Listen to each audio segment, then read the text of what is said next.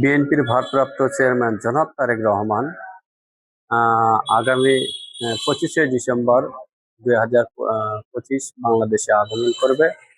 এই উপলক্ষে এই গ্রিন এস্টেট বাড়িটি সংস্কারের কাজ চলছে।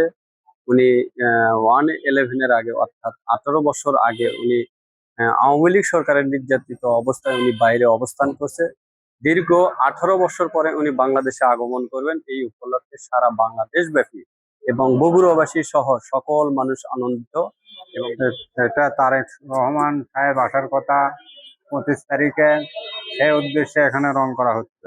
তো উনি দেশে ফিরলে দেশের রাজনীতি ব্যাপক একটা পরিবর্তন আসবে, এটা আমরা প্রত্যাশা করি এবং মনে করি সেটাই আমরা আর কি, যে আগামী 25 তারিখে সকাল নাগাদ উনি বাংলাদেশে ফিরবেন। এটা বাংলাদেশ ইতিহাসে একটা মাইল ফলক হবে, এটা আমরা দেশবাসী মনে করি আর কি। আমি প্রথমে বলে রাখি, তারেক রহমান শুধু বগুড়ার নেতা নন, তারেক রহমান সারা বাংলাদেশের নেতা।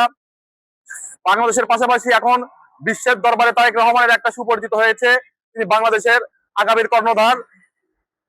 তারেক রহমান যদি বাংলাদেশে আসে, আমি বিশ্বাস করি বাংলাদেশের সংকটময় মুহূর্ত পার করছে সেটা আর থাকবে না। এবং তারেক রহমান যেহেতু আমাদের বগুড়ার সন্তান, আমরা গর্ববোধ করি।